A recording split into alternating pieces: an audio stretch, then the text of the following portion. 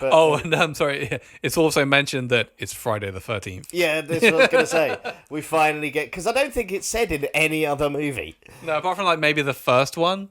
Is it? Like, I Yeah. don't even know if it's referenced in the first one, but yeah. Yeah, Rick's like, heck of a day for it being, looks at camera, Friday the 13th. Yeah.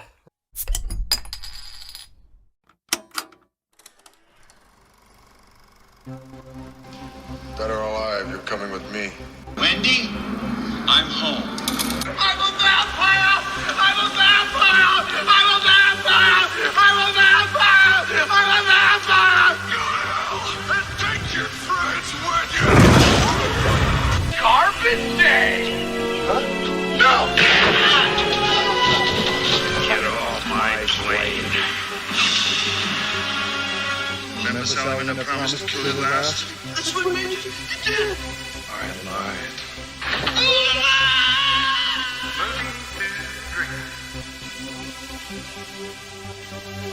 Hello, welcome back to Movies to Drink To. Again, we are looking at Friday the 13th, this time part 6. Yes. Yes. Jason lives. I'm alive! Jason, after not appearing in the last film, Yeah. technically. Oof. Yeah, so he's come back. Or has he? So Friday the 13th, part 6, from 1986, directed by Tom McLoughlin. I think it's pronounced Lowland. Whatever. It stars... McLaughlin. McLaughlin? It's one of them. It's one of them. Pick which one you feel fits Yes. best. It stars Tom Matthews from Return of the Living Dead and Return of the Living Dead Part 2. Both better films than this. Jennifer Cook, David Keegan, Kerry Noonan, Renee Jones, Tom Fridley, Darcy DeMoss, and CJ Graham as Jason. The plot of this one beeth... Tommy Jarvis exhumes Jason Voorhees to cremate his corpse, but inadvertently brings him back to life instead. The newly revived killer seeks revenge, and Tommy may be the only one who can stop him. Isn't that... No, it's not the plot of the last one, because the No. last one wasn't even Jason. It was Roy. Roy Burns. Roy Burns. Yeah, the infamous Roy Burns. Anyway, our story begins with a thunderstorm, which is usually how these films end. Yeah. But I know, okay, they yeah, we're starting flipped with it one. on its head. Yeah, and there's mist rolling over the general vicinity of, I guess, Camp Crystal Lake. It's a spooky night, basically. And then we have Tommy from the last movie, but a different actor. Yeah. A better actor. Yeah. Yeah, he's actually... I do like Tom Matthews. Yeah, he's the Tommy that appears in the Friday the 13th game. Yeah, he when is, you call yeah. up Tommy, he's And the one who shows up. He's very entertaining in both the Return of the Living Dead movies. So he's driving along and he's got some friend with him, and they've also got Jason's mask with them. Or Roy's. Or Roy's mask. Or Technically Roy's mask. Yeah, because in the last movie it was definitely Roy. Yeah. And in the last movie end with Tommy wearing the mask and killing that woman. Yeah, he just comes up behind her with Yeah. the knife. Which But was definitely Roy's mask. Yeah. Yeah, so it's Roy's mask. Yeah, he's it's got. Roy's mask. Okay. They've escaped from the local nut house, and Tommy is setting out to destroy Jason's corpse for some reason. Also, I'm pretty sure in the last film they established that Jason was cremated. They said that several times. Yeah. Like... There is no body. Yeah. Yeah. Okay. There is... There's kind of a plot hole. I don't know if it, like... I'm sure there's many. Yeah. I'll explain it at the end. Okay. They arrive at the graveyard with their shovels and their lanterns and Jason's mask. And after not long, they find the grave of Jason Voorhees. At least that's what it says. So anyway, Tommy and his little friends start digging him up. 4 hours later, they reach the coffin and open it up, and inside is the rotting corpse of Jason Voorhees, covered in worms and maggots. It's pretty disgusting. Yeah. Yeah, it's proper rot job. It's gross. Yeah. Tommy then starts hearing his own voice from when he was a child in his head saying, "Die, die!" Kind of like in the last movie. Yeah. Luckily, this is the only time they do it in this film, because in the last one, they kept having that stupid flashback thing. I wonder if Corey Feldman got royalties from that. I would like to think so. Yeah. Tommy then rips one of the bars off the gate of the cemetery. Just like very easily. Yeah, like I it's add. paper. It's like... There we go. Yeah, like it's been Legoed together. Tommy is strong as fuck. And then he decides to start stabbing Jason's corpse with it. He then leaves the massive metal pole sticking out of Jason's corpse. Remember, there's thunder and lightning going. Can you see where this is going? Yeah. Yep. Yeah. Tommy then throws Jason's mask in the grave with him, and he's just getting some of the gasoline ready to pour over the corpse when lightning strikes the gate pole sticking out of Jason's grave. It basically does a Frankenstein. Yeah. Yeah. Like, it's been scientifically proven many times that lightning can revive dead people. Yeah. That's why there's like, all graveyards are undercover. Yeah. there's not like... all metal is removed from anywhere near it. That's why they buried him under the ground deep enough so that the lightning can't. Yeah. So somebody you love dies, just basically just chuck them in the bath, throw a toaster in, back to life. Yeah, no they'll be worries. like brain dead. Like, they're completely. They've seen things. Yeah. So, it's like coming back from Event Horizon. yeah, They're just like,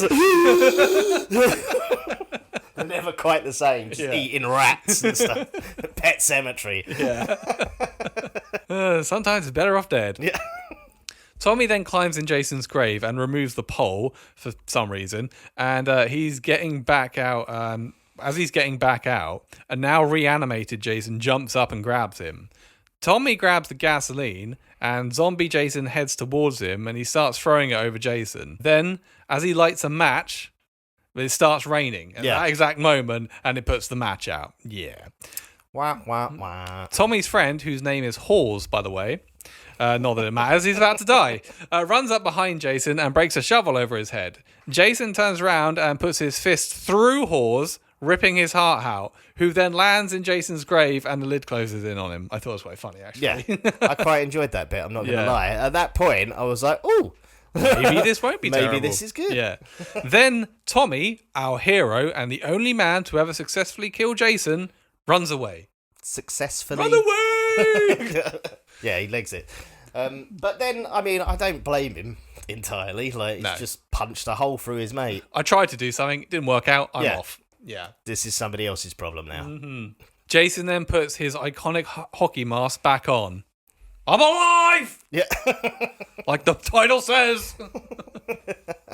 Then we get this like weird James Bond thing. I love this. It's like the camera zooms in on Jason's eye and it becomes like a dun, dun, dun, dun. And these are the opening credits. I thoroughly enjoyed that bit. It's so weird. So after the opening credits, we then have Jason walking through the woods carrying his massive metal pole that brought him back to life. It's my good luck charm. Yeah. Tommy has driven off to the police station. He bursts into the police station to find a single cop who's asleep at his desk, and he pulls a gun on Tommy, and he threatens to shoot him, because this is America, goddammit. Yeah, shoot first, find out what the problem is later. Yes.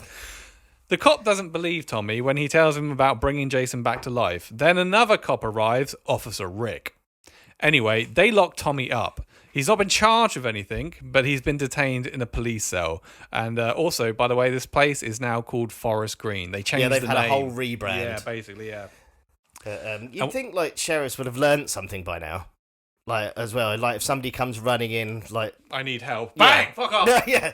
I'm on my donut break. You crazy kids! Just maybe take a second to have a look into it first. Also, when I say they've detained him in a police cell, it's not like another wing of the building and he's in the cells. The police cell is in the same room. It's like a Wild West, yeah, sheriffs. Yeah, like they've got a desk, some chairs, some filing cabinets, and a big holding cell in the corner. Yeah.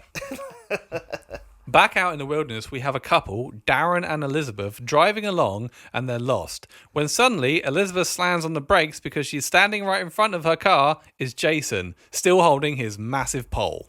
Darren is Tony Goldwyn, who is the bad guy in Ghost. I've never seen Ghost. Have you not? No. Yeah, it's him. Wait, there's a bad guy in Ghost? Yeah, he's like... Patrick Swayze film. Patrick Swayze film. Oh, I didn't... How's there a bad guy? He's Does he like, kill him? He's like... I think so. I think he's the reason he's a ghost? Yeah, I think he's the one that killed him or something. Wow. Something along those lines. But Tony Goldwyn, he was like in a bunch of like 80s movies where he played like a smarmy sort of villain. Oh, how about that? Also, they've got a Ted Bundy car. So fuck them. Yeah. We know someone who's got a Ted Bundy car. Ed's got a Ted Bundy car. Yeah. The woman is Tom McLaughlin's wife. Ah, nice. So anyway, Jason stood in front of them. So she goes to reverse, but they get stuck in the mud they just drove over with no issues. Yeah. Darren then says, we can't get back any further or we'll get stuck. And Elizabeth says, do you have a better suggestion? Like, yes, run him over. Or go round. Yeah. It's a fairly big Drive road, around it's one him, guy. Yeah. They Darren proceed to try and run him over as slow as possible. Darren does actually suggest, let's just drive towards him and he'll move. So they drive towards him. Jason does not move, and he plunges his big pole into the car's wheel arch. Yep. Darren decides he's had enough, and lucky for him, he lives in the freest country in the world, so he's got a gun. He pulls a gun from the glove compartment. It's a tiny gun. Yes. Back off! Like this tiny little toy gun. Like something, you keep in, like, was it women would keep in their leg holster. Yeah, leg holster. He points the gun at Jason and threatens him. Clearly, Darren has never seen a Friday the 13th movie. He even fires off a shot at Jason. Naturally, this does nothing to him, and so Jason impales him on his big old pole, his new favourite weapon, essentially, and he flings him over his shoulder. Elizabeth then tries to escape rather pathetically. She's falling all over the place. Yeah. She's got the vapours. She's forgotten how her legs work. Yeah, all of a sudden. And then she tries to offer Jason money. I love that. Yeah. Does this look like a guy who cares about money? He then disappears before reappearing behind her and stabbing her in the head. Yeah. Yeah. Drowns her in a puddle. Yes. And there's a bit of product placement there, like the American Express card. Floats across the puddle. Don't leave home without it. The level of acting in this as well, like throughout the whole point from the minute they see Jason. Like Jason's like this hulking figure, he's got a big pole, like mask on and everything else. And they act as if it's like a weird inconvenience rather than the fact like this guy is actually going to murder them. They're like, well, what should we do? He's I don't know. Clearly insane. Yeah, he's clearly mental. Yeah. Like, and it's the whole of there's never, it's more annoyance than fear. Yeah, like, oh, come on. Just drive at when There's always weirdos out in the woods. Yeah. The speed they drive at him towards, even if they'd hit him, they probably would have barely bruised him. The next morning, back over at the police station, and we meet Megan, who is the daughter of the shitbag cop from last night, who's still there, by the way. He doesn't go home. There's no ever. shifts. He lives there. He just lives there. Yeah. Anyway, Megan and her friends are trying to convince Deputy Dad to go looking for their friends who are missing. Their friends being Darren and Elizabeth. Yeah. Elizabeth's sister is one of the gang, and it turns out that Darren and Elizabeth are the head councillors of the nearby camp, and all the kids are arriving today, and none of this lot know what to do. Yeah, there's been no training whatsoever. Yeah. Like, they're just gonna, which seems a bit off. Yeah. You should, if you're gonna, you don't just turn up the same day as the kid, surely. Like, if you're gonna be in charge of that amount of children. There's got to be some kind of training. I'd be like, we'll figure it out as we go along. Maybe they just send them a manual beforehand. It seems wrong. Tommy then chirps up from his cell and says he thinks he knows what's happened to them, what with Jason being back and all. Megan is intrigued, but Deputy Dad tells her to stay away because he's clearly mental, but she clearly wants some of the Tommy Jarvis action. Yeah, I know. She's instantly in love with him. Oh, even though he's clearly mad. Yeah. Yeah. Well, I say in love. She's like, this is a Friday the 13th film, so she's just a horny teenager, basically. She's like, look at that, give me the cock. Megan and her friends leave, and Deputy Dad has decided to remove Tommy from the area. This is a thing that goes on for a while in this film. Yeah. Their plan is to take Tommy and just kick him out of town. Yeah, out of their jurisdiction. Yeah, essentially. Yeah, that's the whole plan, right? We then cut over to the cemetery, and there's an old drunk caretaker who's discovered Jason's dug-up grave, and through fear of losing his job, doesn't tell anyone, and he fills it back in with Hawes' body in there. Yeah. Yeah. He also does this weird fourth wall break, where he's chatting about why do people digging up Jason Voorhees, and he looks right at the camera and goes, some folks have a strange idea of entertainment. Yes, hilarious. We then get a shot of Jason just strolling through the woods. Yeah, just going for in the day. Yeah, in the middle of the day. I was strolling through the woods one day. Just whistling, all the birds are landing on him and stuff. He's spinning around. You know what? It's actually pretty nice around here. Yeah. Come to appreciate the beauty of nature. Now I see it in the daylight. Now we head over to the summer camp. Megan and her friends are unloading a bunch of supplies from the car, and they debate whether Jason was real or just some legend their parents told them about. And then the children arrive. None of the councillors seem happy about this at all. No, they're pretty miserable about it. There's also a weird point, like, because all the kids, the councillors are talking, and they all move inside, right, and they're all talking in that sort of kitchen area, and then the bus turns up, and they're looking out the window, and all the kids come off the bus, and then this woman leans off the bus, and she goes, "Here they are, they're all yours now, like, they're your problem now." Yeah. Who's she talking to? They're all indoors. Just anyone that will listen. Yeah, she your just, problem now. Get them off. Doesn't even check that there's an adult to collect them. She's like, your problem now. Look, there's no one there. Could be anywhere in the woods. Yeah, it's so odd. Is this even the camp? I don't care. Get off. Also, when they're talking about, like, you know, is Jason real? Or is it just a legend that our parents told us? Like, I mean, just last year. Yeah. Just 2 years ago. There was a copycat. This whole thing only started 6 years ago. Yeah. Like, I mean, it's not been... Yeah, how young were your parents when they had what you? the hell? We then cut over to the woods and we meet some wannabe army guys playing paintball. You know the type? You know the type. It seems to be like at least like a business retreat or something. Yeah. Like you get the corporate getaway. Yeah, that's it. And Jason is watching them. How they don't spot him, I'm not sure. He's just there. Right. In plain sight. It's daylight as well. Yeah. It's just standing like, hey guys,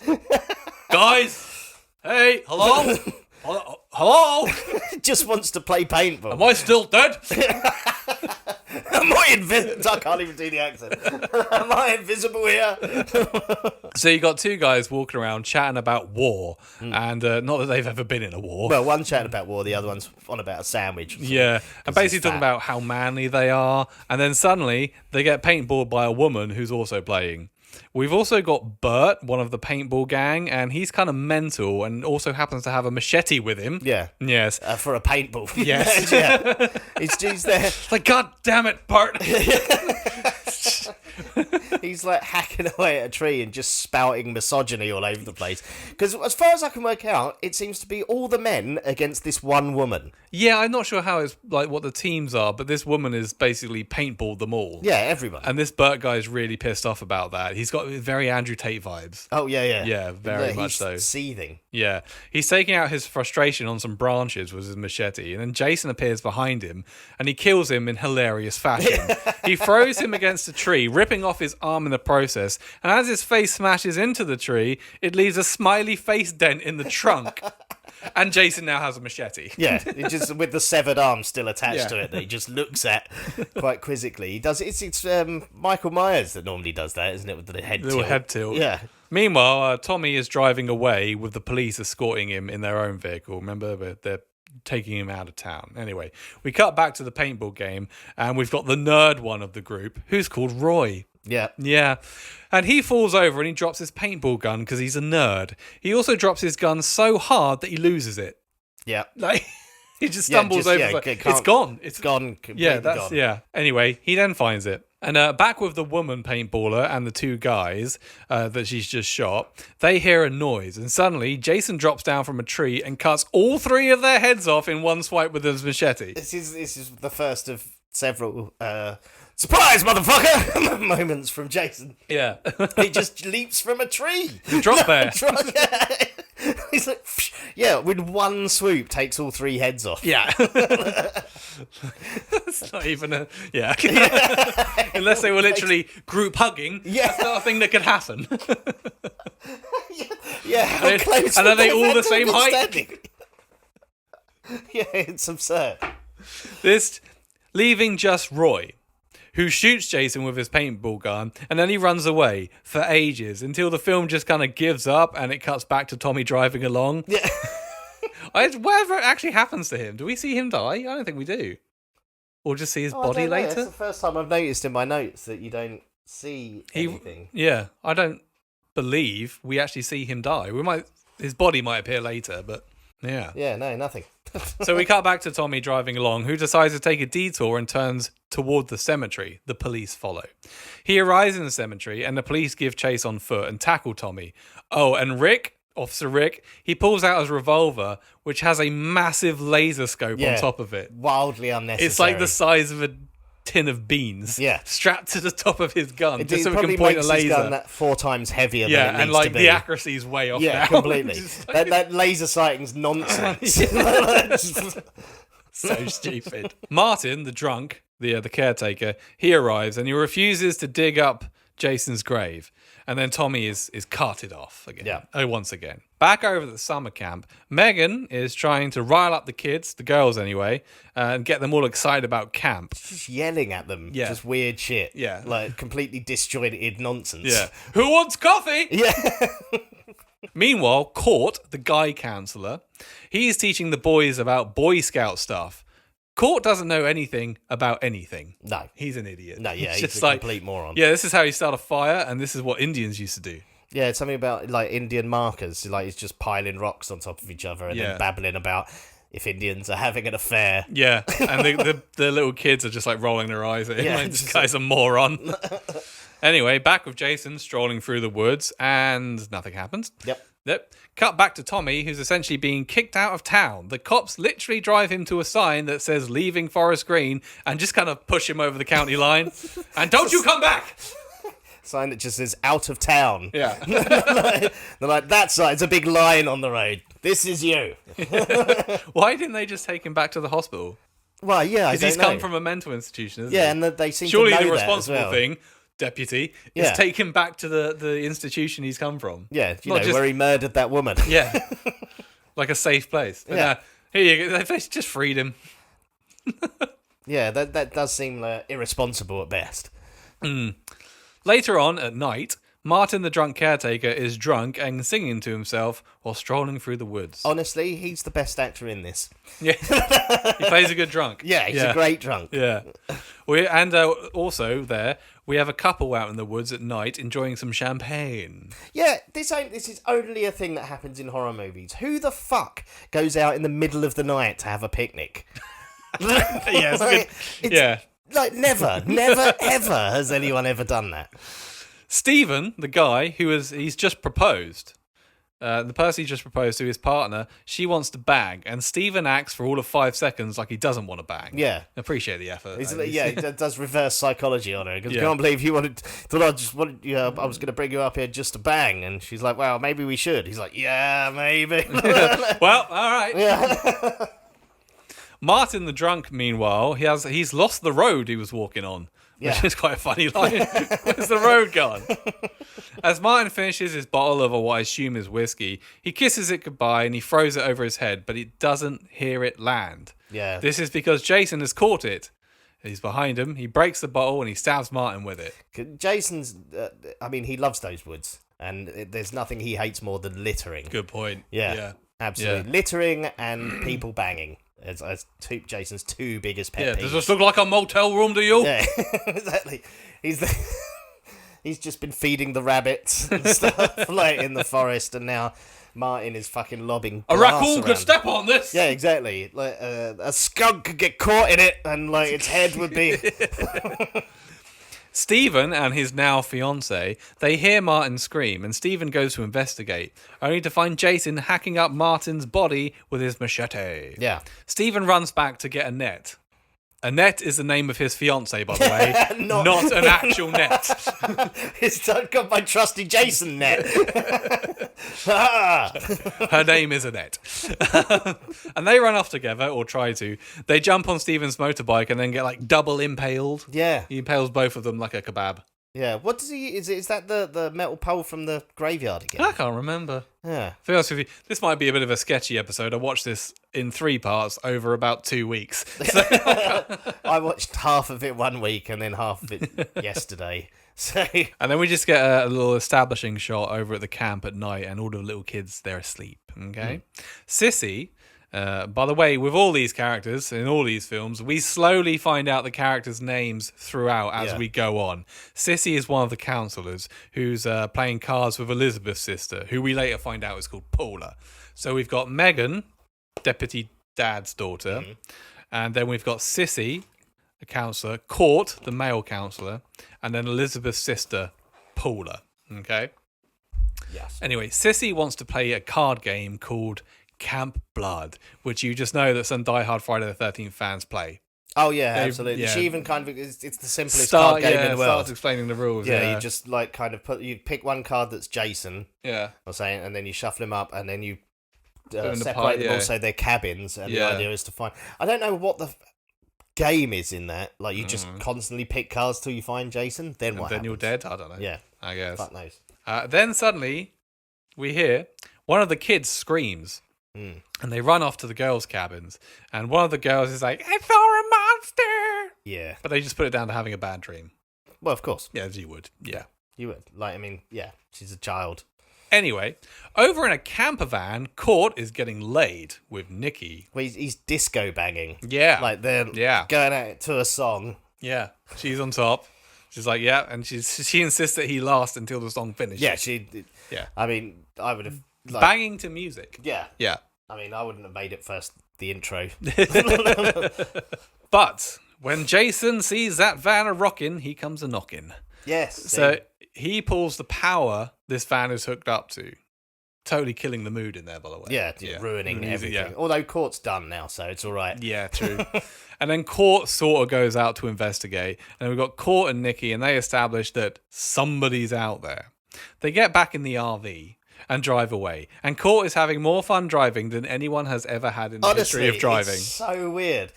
Like, he keeps saying, was it how great it is and fun it is to this drive. Is great this for giant no reason. Caravan. Yeah. Like, yeah, and he's got music playing. It's like, woohoo! It's like, you're just driving. Yeah. But he's driving so erratically. And Nikki is flying all over the place because she didn't sit down before he took off. Yeah. So, yeah, she's going back and then he's going, sounds like you're having a great time back there. It's like, these are clearly, like, not... Yeah. These are clearly, like, yelps for help. Yeah. Yeah. As she's trying to find her feet, it turns out Jason is hiding in the toilet. He's been having a shit. I have to take care of some business. Yeah. Hey, how do you flush this thing? But never mind, that doesn't matter, because Jason jumps out and he drags Nikki in there with him. Yeah. You gotta see the size of this log I just dropped. It's like King Kong's thumb. The mistake they make, I mean, she clearly goes in to help him flush away like his business, but it's just not big enough for the two of them in there. And because Court's driving so erratically, like, it's just causing so many issues. Jason wrestles with Nikki before planting her face so hard in the wall that you can see her imprint on the outside of the vehicle. Yeah. Jason then goes and kills Court by sort of stabbing Court's still him. having the best time. Yeah. Like, and he thinks that whatever her name is also having, like, the best time as well. No, these are clearly distressed noises. Yes. Like, and at one point he turns the music up, like, because that's what you do. It's quite a cool song though. Is it Teenage Frankenstein? Yeah. It's actually a couple of good bangers in this film. Yeah. So he's now killed Court by stabbing him, and for a brief moment, Jason is mobile. Yeah. Got a Unabomber shack on wheels. Pretty cool, huh? Briefly, anyway, we say, because the RV crashes and upturns and crashes and before catching fire. And then Jason gets out and just stands on top of the thing as it's on fire. It does look pretty cool. It is a cool shot. Yeah. It is a cool shot. Somebody get a picture of me. Yeah, he does pose. Yeah. Like, does this huge power pose. Yeah, like, fuck. Back over at the police station, and Deputy Dad is giving Megan shit. I can't even remember what about, just because he's a dad. They're having the I'm the parent talk that every horror movie parent has. Yes. Deputy Dad goes to kick Megan out of the station, but he gets a phone call from Deputy Rick, who's found the bodies of the councillors, Elizabeth and Darren. Finally. And Deputy Dad deduces that Tommy wants people to believe that Jason is real so bad that he started killing people. Yeah. Detective! Detective! Aha! I have detected the truth. Sounds legit. Because, like, now he's aware that Tommy knows where the station is and everything else, so, like, and he runs off to these dead bodies. Just leaves Megan on her own, like, in the station. Yeah, he goes off, leaves her all by herself. You're in charge now. Yeah. Yeah. It's insane. This is one of my favourite scenes in the whole movie, because this is where Tommy goes to buy some books to help kill Jason. It's like, how to stop undead killers. Yes, meanwhile, just outside of town, Tommy is in his truck doing some light reading on the occult. Yeah. Dummy's Guide to Stopping Mass Murderers. Yeah, ridiculous. By J.R. Hartley. How to be a successful Serial Killer Stopping Guy by J. Voorhees. What's this one? So you're being played by a different actor this time. How to Have a Career After a Friday the 13th movie. It's a very thin book. Anyway, back at the station, Megan is alone farting about when the phone rings. It's Tommy. Tommy gives his usual spiel about Jason being real and he's got a plan, but he needs some supplies. Megan decides that she's going to go pick Tommy up because he's not safe from her dad. Yeah. Never mind the killer. You're not safe from the police. I know there's a serial killer around, but there's also American police. You are not safe. I mean, also, she has no reason to believe that her dad's wrong at this point. Her dad's wrong. About Tommy. Yeah. She could not know. No. And also, she doesn't know this guy at all. No, not at all. The first time she met him, he was in jail. Yeah, and he's clearly, not right in the head. Yeah. Jason, meanwhile, has found his way to Camp Forest Green again. Yeah, he's not happy with the rebrand at all. He What just the looks at fuck it is like- this? Yeah. All of my blood, sweat, and tears. And the paramedics over in the other part of the woods are scooping up the bodies of Elizabeth and Darren, while Deputy Dad is convinced more than ever that Tommy is responsible. Deputy Dad and Rick then find what's left of the paintball team. These two cops have really got their work cut out for them because there's only 2 so far. Yeah. There more come along, but in total there's only 4 Yeah. in this whole area. And This also, is Deputy Dad hasn't taken a day off in 3 days. No, not at all. He's got to be stinking by now. He's wearing the same uniform. Yeah. But, and I'm sorry. It's also mentioned that it's Friday the 13th. yeah, that's what I was going to say. We finally get... Because I don't think it's said in any other movie. No, apart from maybe the first one. Is it? I don't even know if it's referenced in the first one, but yeah. Yeah, Rick's like, heck of a day for it being, looks at camera, Friday the 13th. Yeah. Get it? Dun, dun, dun. Back over at the camp, Jason cuts some kind of wires outside. I guess the phone It's the lines. phone lines. Yeah. Sissy is in one of the cabins and she spots something past the window. And so she goes to investigate while Elizabeth's sister Paula is asleep. And Sissy does the whole, all right, who's out there? Come on! Yeah. Paula wakes up and reckons it's Court. So Sissy decides that she's going to get Court. We're going to get him. Yeah. So she decides to get him by emptying a can of soda out the window, and I guess just hoping that Court happens to be right outside on the underneath of the windowsill. I mean, not even a full can. It's like the dribbles in the bottom. Half a can. It's yeah, like nothing. Yeah. Court is not under the windowsill, No. but unlucky for Sissy, Jason is. Yeah. Oh, now I'm all sticky. What's this? Yeah, Jason pops up, just wiping his face. Like, what the? And then, What did I ever do to you? yeah.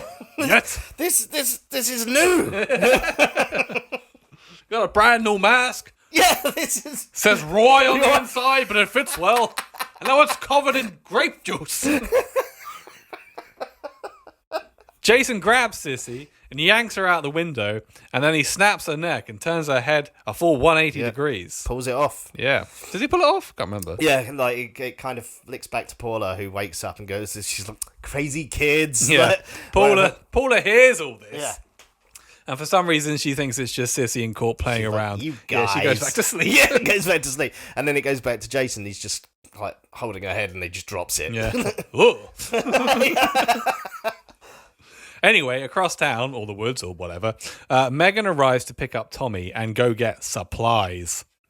Back at the camp, all the little kiddies are having a sleep, and then one of them wakes to see Jason, the one, same one from earlier that just can't sleep. It's Apparently, always that one. it's all too much coffee from earlier. Yeah. Megan and Tommy, meanwhile, have come across a roadblock. And it turns out that there are 2 other cops that also work around here. Yeah. And the 2 other cops give chase. And they call it in to Deputy Dad. Of course, when it comes through, he realises it's his daughter's car. And it just assumes that Tommy is with her. He's right. Yeah. But he just... But Because yeah, they're in just Megan's makes a car lot- now. Yeah, they say something. Well, we saw somebody duck down. Yeah. She's got him like we got all the crotch shots. Yeah. So it must be that Tommy boy. Yeah. It must be. Yes. Megan. He throws his hat down and jumps on it. Oh, yeah. So there's now this chase happening. And it's mentioned in passing that at some point they picked up the supplies. Yeah. Because, that was They not, like flat. not the scene we needed she to looked see. into a bag or something. Yeah. Just when Megan thinks she's lost them, she runs into another roadblock. Deputy Dad with a shotgun pointed at her. Yeah. This is his daughter. It's like, Jesus Christ, Deputy Dad. What the fuck? Back over at the camp, someone with a bloody machete in hand is approaching Elizabeth's sister Paula, who's sleeping, Yeah, and she wakes. A machete walks into Paula's cabin. She wakes up, but it's not Jason. It's the little girl that woke up earlier and saw him. Yeah. It's her. She's the real killer. Yeah. I mean, this is like apparently like a real machete as well, covered in blood. And Yeah. Paula's just like, oh, you know what it is. Yeah. It's Sissy and Court dicking around. Yeah. So- Allegedly, she just found the machete outside as well. Yeah. I'm like, no, yeah. Yeah, it's just those guys messing around with sharp objects real machete. around children, which are covered in blood, but never mind. So these two, the little girl and Paula, they head off to try and find Sissy in Court, leaving the bloody machete just on the floor. That'll be fine. Yeah. Yeah. Back over at the station, Deputy Dad is losing his shit because he still thinks Tommy is the killer. And then he gets a phone call to inform him that Court and Nikki are dead. The Yeah. ones that died in the RV. Deputy Dad, he grounds Megan, but not before telling her exactly how her friends died. Yeah. So you're grounded. Oh, by the way, your friend Court, yeah, he got stabbed in the fucking neck loads of times. There's blood everywhere. It's totally fucked. And then the thing caught fire and his body's all burnt up and fucked. Man. Yeah. All the while, still blaming Tommy. Yeah. Megan then asks what time this happened, and Deputy Dad replies between 8:30 and 9. There's no way he'd know that, but No. okay, whatever. And then Megan says, well, I was with Tommy that whole time. She wasn't. I don't think that's true. She at was all. not, Yeah. no. No, not even slightly. I mean, yeah, the whole thing with Court and Nikki happened way before she picked him up. Yeah. Unless she's just lying to Fuck cover. it, yeah. But why would, like you said, so her dad suspects that he's the killer. And it's like, well, these are dead. He's like, well, what time did that happen? And then, in her head, she's like, I wasn't with him then. But I'm going to lie anyway. Yeah. Because he's cute. Yeah. I think he's all right. Yeah, just got a hunch. Back over at camp, Elizabeth's sister puts the little girl back to bed and advises her to say a prayer if she's scared. Like, that'll fucking help. Yeah. Thoughts and prayers. Yeah. Jason is watching all of this through the window, and again, no one spots him. He's not even trying to hide. Yeah, I know. He's just stood in the window. She's walking along, and he's like literally next to Yeah. her. Hello. Yeah. Hello. But tapping on the window, like, it is cold out here. Anybody want to die? Yeah. Why don't you come out here? Jason then stalks Elizabeth's sister Paula for a bit, and by stalk I mean walk alongside her. Yeah. Again, she doesn't. Doesn't notice. She then gets scared and runs back inside the cabin and walks around for a bit before getting really scared of a door. Yeah, the door just opens and then shuts again. Yeah, and then it opens again, but this time Jason walks through and he kills her. And again, this is the surprise, motherfucker! Just like, and then he chucks her through a window. Yeah, because you got to throw them bodies through Yeah. windows. This is Yeah. MO. Back over at the police station, Rick is sat at the desk. Tommy is in the cell, and Megan is just there. Tommy and Megan pretend to argue, and then they start kissing through the bars of the cell. Badly, I'd like to add. Yeah, it's weird. It's like these two people have never kissed. Yeah. It's really odd. Like they don't know how, like, and they're just kind of looking at each other really quizzically as Yeah, well. like- It's like, is this how they do it? Yeah. It's such a dumb plan as well. There's like no way that would have worked like No. in a billion years. Rick, well, it does work. Yeah, because Rick's an idiot. Rick is not impressed by this, and he goes to break them up. And this is when Megan grabs his gun with the massive laser on top of Yeah. it. She points it straight at him, and Rick says, "Don't clown around." And she says, "I'm not the one with the funny red nose." Get it? Because the Yeah, 'cause laser. of the lights. Funny. And then Rick calls her Meggie. Yeah. That's enough to earn a bullet in the head. Yeah. Come on, Meggie. Meggie? But Anyway, yeah, I mean, also, this is, like, I'm not being funny, but Megan, she's not going to shoot him. no. I would have just been like, give me that. Yeah, you're not actually gonna Yeah, kill not at all. like not only someone that's known you a long time, Yeah. and a friend and colleague of your father's, but a serving police officer. Yeah. You're just gonna murder them. Yeah, Yeah, it's no, just I don't not gonna think so, happen. Megan. Give me the fucking gun. Yeah. Anyway, she forces Rick to open the cell, and Tommy is free. And him and Megan leave in Megan's car. Do they lock Rick up? I can't remember. I think they lock him in the cell. Him in the cell. Yeah, which is probably the safest place Well, to but be. they don't say it. He just assumes and gets in. I'm pretty sure she never once goes get in the cell. He's just like, anyway, you crazy kid, just locks himself in. And goes, oh, you'll be sorry. Because he knows it's the Gives him the safest place. key. Yeah. He knows it's dangerous outside. It's like, if only there was something I could do. As he's shutting the doors. Locks it. Swallows the key. Oh, God, I hope you guys are all right with Jason out there. Lies on the bed. So yeah, they leave in Megan's car. On the drive, Tommy mentions that the only way to kill Jason is to return him to his original resting place, the lake. Yeah, which he found in a book. Yeah. It's really specific. How has he come up with this conclusion? Yeah, it's quite specific. And as it just says in the big book of the occult, in order to kill an unstoppable killing machine, you have to return it to its final resting place. Even though it's never really rested, because Jason's never really been dead. Yeah, but surely his final resting place was that grave they dug him out of. Yeah. Like the lake was the one before. Yeah, which he was never really dead in. No. Yeah. Yeah. Yeah, they should have just not dug him up. Yeah. Basically. Yeah.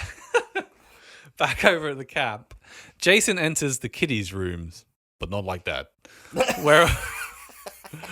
Where they're all fast asleep, apart from that one little brat that ratted on him earlier. He's like, you! Still awake, huh?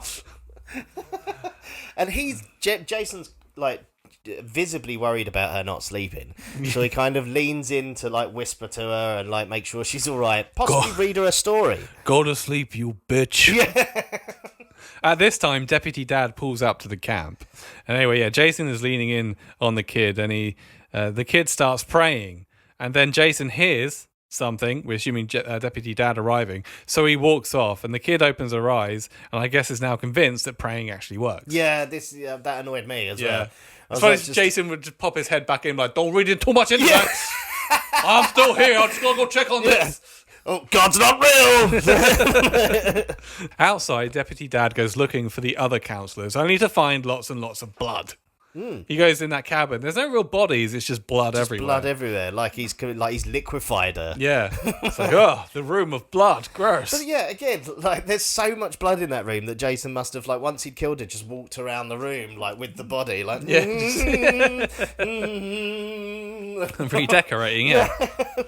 Meanwhile, one of Deputy Dad's troopers heads towards the lake to look around, and he spots a Jason who throws a knife straight into his head. It's just like a proper throwing dart as well. Yeah, what is it? It's not quite. I don't know a knife. where he's got it from, but he's quite well equipped in this because like he's got a tool bag. Yeah, when he kills Court, he's got that jagged like army knife that he's just got from somewhere. Like he's got all the unless he got them from is it Bert? Like, he's got this sort of tool belt on him. Yeah. But yeah, maybe he got it from Bert. Like, but we know Jason is very much a handyman anyway. Yeah. So like that shack that he built. Oh yeah, I forgot about the shack with the running like the full plumbing. Yeah, and it's got a toilet in electric. it. Yeah. Deputy Dad checks on the boys, and then he runs off to the girls' cabin. He checks on them, but obviously the little brat that was awake earlier, she's now missing. Yeah. Okay. While this is going on, Deputy Dad's other trooper that he brought along, he's outside looking in the bushes when the little religious girl, she's now religious, appears, crying, saying there's a scary man about, and then Jason appears. The cop starts shooting Jason, but he's obviously never seen a Friday the 13th movie either, and then Jason crushes his head. Yeah. Just before this, when like the sheriff's in with the kids and stuff, and he tells them to hide under their beds. That's just afterwards, is it? Yeah. How do I always do this? I don't know. The little girl runs off and runs into Deputy Dad. And then at this point, all of the boys have woken up and they're standing outside their cabin. So Deputy Dad rounds up all the kids and he puts them all in one cabin. So they're all nice and easy to find. And he instructs them all to hide under their beds. Right. And have you seen the way these kids head for the hiding places? It's like somebody's launched them. Yeah. They're like flying across. Like it's like a shot of one, and then there's the two do it at the same time. Like literally, like somebody's gone right, quick, hide under the bed. Yeah, I was like the idea was like put them all in one place. Yeah, easier for Jason that way. Oh, jackpot! It's like Christmas. So once he's not safely tucked in the kids, Deputy Dad heads out with his shotgun, only to stumble upon, and I mean literally stumble upon, the corpse of the cop who got his head squished. Yeah. And then Jason appears, and Deputy Dad and Jason just kind of stare at each other for a while before Deputy Dad blows them away with his shotgun. He's also never seen a Friday the 13th movie. Jason, obviously not dead, jumps back up, and Deputy Dad shoots him again. And then Jason gets back up again, and Deputy Dad shoots him again. And this kind of goes on for a while. Yeah. Yeah. Like, you could play, like, that sort of... It's just up, down, up, down, up, down. Yeah, it's just him shooting at Jason and Jason not dying before Deputy Dad gives up and, of course, runs away! The fuck this! It's like, go. Well, I'm out of bullets and I'm off. At this point, Tommy and Megan arrive at the camp, and Tommy's got his bag of supplies, and Megan runs off to check on the other councillors. Don't look in there. Ah! The room of blood. Yeah. Megan then heads to the cabin with all the kids, who are doing a terrible job at hiding, by the way. They're just they're half under the bed, Yeah. a few on top of the beds. Like, what's going on? A couple of them are really flippant about their chances of surviving this as Yes, well. yeah, they're proper like, they have like a sort of like sit down between two of them. Yeah. It's like two guys in a foxhole or something. It's Yeah. like, well, what do you reckon our chances are, Billy? Like, We are dead yeah, meat. dead meat. It's been a good ride. They have a little drink from a hip flask or something. Like, one of them lights a cigarette, lights Yeah, he lights it for him. They just stare at the stars and they go out and Butch Cassidy and the Sundance Kid it. I know it's jumping ahead, but the next bit they do, like, fucking killed me. Where he looks at him and he goes, "So, what was you gonna be when you grew up?" It's fantastic. Tommy then runs in and he says, "Is everyone okay?" And Megan says, "Yeah, fine. Apart from all my dead friends." Yeah, apart from mine. Yeah, everyone I know is now dead. Tommy runs off to the lake and he discovers the other dead cop. And then Megan tells the kids to get back under their beds while she looks for her dad. And by looks for her dad, I mean she stands outside and goes, "Dad! Yeah. Dad!" For fucking ages. Knowing full well that someone is out there hacking people to pieces. Tommy instructs her to go and use her dad's radio to call for an ambulance. Yeah. Yeah, send more Ambulance. victims. Yeah. Megan goes to her dad's car only to find Sissy's head on the driver's seat. Megan starts freaking out and has completely forgotten about the whole idea about using the radio and starts screaming for her daddy again. Yeah, this is like obviously the playful side of Jason that we see quite a lot. Like he's obviously gone to the car and gone, "This will be really funny." Yeah. Just left it there for I someone wish I to could find. be there to see when she finds this. Next time I'm going to set up a camera Yeah. like one of those prank shows. I'm going to start my own TikTok channel. Yeah. Jason's pranks. So, this time, so she's screaming for her dad again.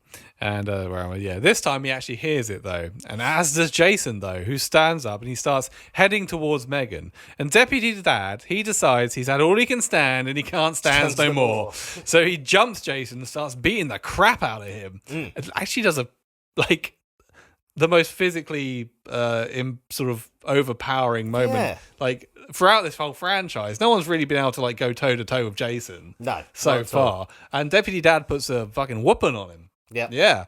Until, of course, Jason overpowers him and folds him in half. Yeah, which makes you think that Jason the whole time was like just giggling and stuff. Come on, stop tickling me. Hit me. Is that the best you got? Yeah. And so he kills him. He says, "Deputy Dad, you was a good man and a worthy adversary. So I'm glad I killed you, because you could have been a real pain in the ass." Like it's Thanos moment. Megan is now back at the lake with Tommy, farting about with his supplies. His grand idea seems to be to chain Jason to a rock, a big old rock, and then chuck it in the lake, drowning him. Spoilers, that's exactly what happens, but not for another 15 minutes. Yeah. Yeah. No, yeah. Also, was the giant rock one of the supplies? That's what I was thinking as well, because you do see him rolling it along, but it doesn't say that he didn't get it out of the sack. Yeah, or if he just found hopefully at the lake there'll be a really big rock. Yeah. But also one that's heavy enough to drown a person, but light enough that I can carry it. Yeah. Yeah, and move it around. But Yeah. luckily, just round the corner, there's a chains and rock store. Yeah. And also he's got it on this rowboat with him. Yeah, which somehow. doesn't sink the boat. No. It's huge. Just sat there in the middle of the boat. Yeah. Well, I guess in the middle would be the safest place so it doesn't upend the boat. It doesn't upend it, but still.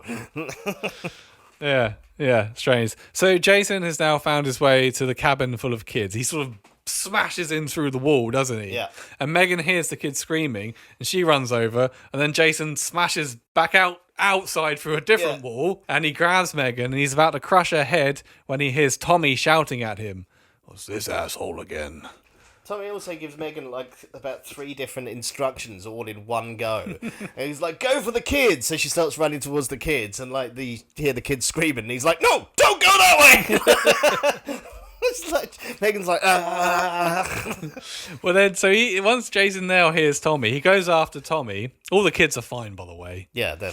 And Tommy is now in a rowboat on the lake with the giant rock with the chain around it. Yeah. And he goads Jason into the lake, and Jason just sort of walks out into the lake, but he's kind of torn between killing Megan and killing Tommy.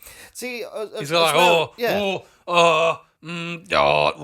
It's amazing that he takes the decision to go for Tommy as well, because if that was me, if I Megan's was Jason, the easier kill. yeah, I would have been like, plus hang there's on, all those kids there's there a room to full kill. of kids there, Yeah. and she hasn't even run away. Yeah. She's still just stood there. There's like 30 people to kill. Yeah, in the dry. But I do really hate this Yeah. guy.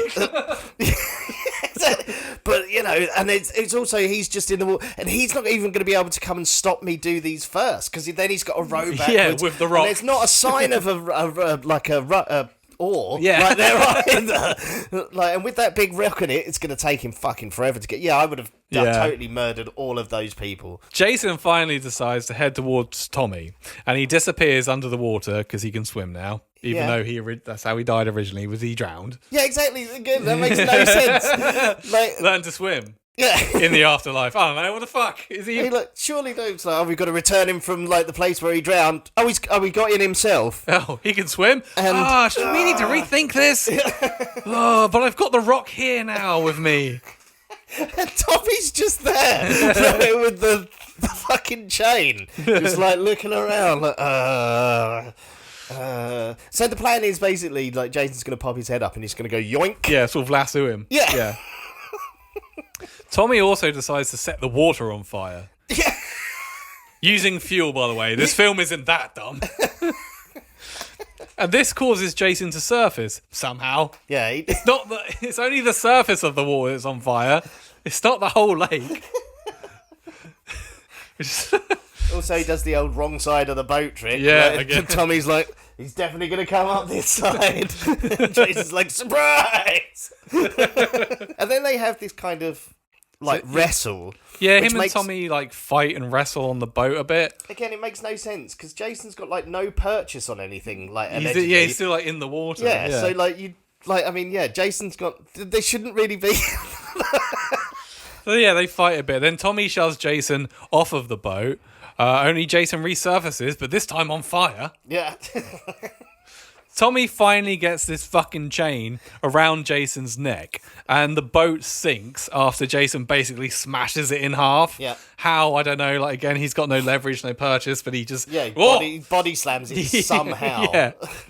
And so, he smashes it in half, along with this big fucking rock it's tied to, and Jason is now stuck and set to drown.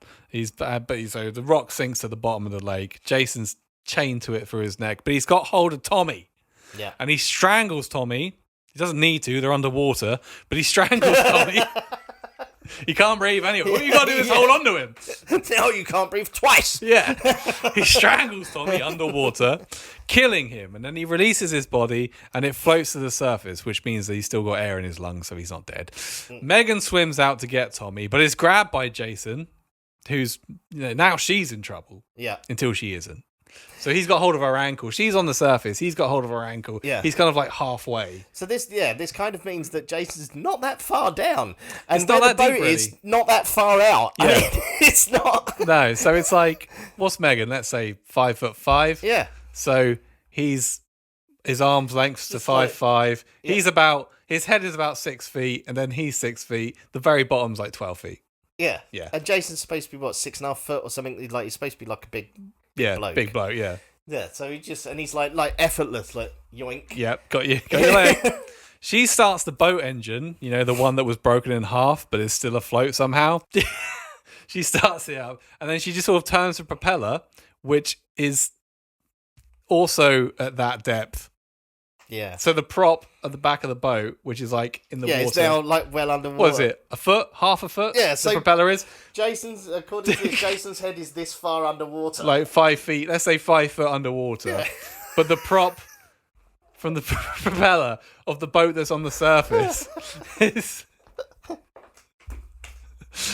is so far down that it cuts up Jason's neck, and it doesn't. It looks like it's cutting his head off, but it doesn't. It just fucks him up a bit. Yeah, it just doesn't Yeah. really do anything to him. Yeah, it just cuts Until him you a see bit. him afterwards, and he's fine. Yeah, and Megan grabs Tommy and takes him back to shore, and all the kids gather round to look at Tommy's corpse, but of course he's not dead. No. That's that, and And then in the background, you see Jason's arm out the water, like, Yeah. hello. And we then fade to Crystal Lake, I'm assuming, the next day. And we get a shot of Jason still stuck under the water, supposedly dead. But then we get a close-up of his eye, and it's moving, and he's not dead. The end. Yeah. Yeah, so Tommy's plan did not work. Which we kind of knew it wouldn't. No, of course Yeah, it didn't. yeah, no. It's a stupid plan in the first place. Yes, it is. Makes no sense. There's also like a bit when they're fighting where Tommy throws a punch that is about 100 miles over the top of Jason's head, which still somehow manages to knock him back into the water. It's like up here. So yeah, physics is not important in this film. No, I mean, no. It's a Friday the 13th film. So what did you think? I didn't hate it. No, I didn't hate this one. I actually thought this was one of the best. Yeah.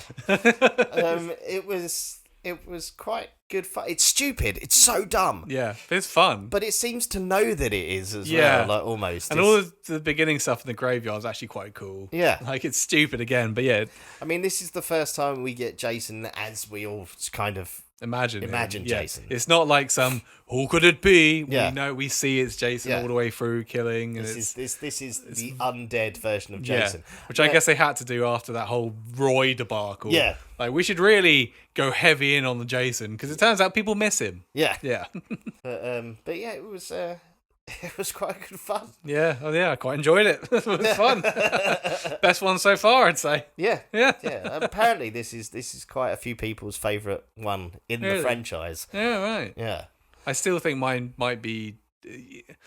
I'd say this might be on level pegging now with Jason Takes Manhattan. Just because Jason Takes Manhattan, which is 8. Yeah. Yeah.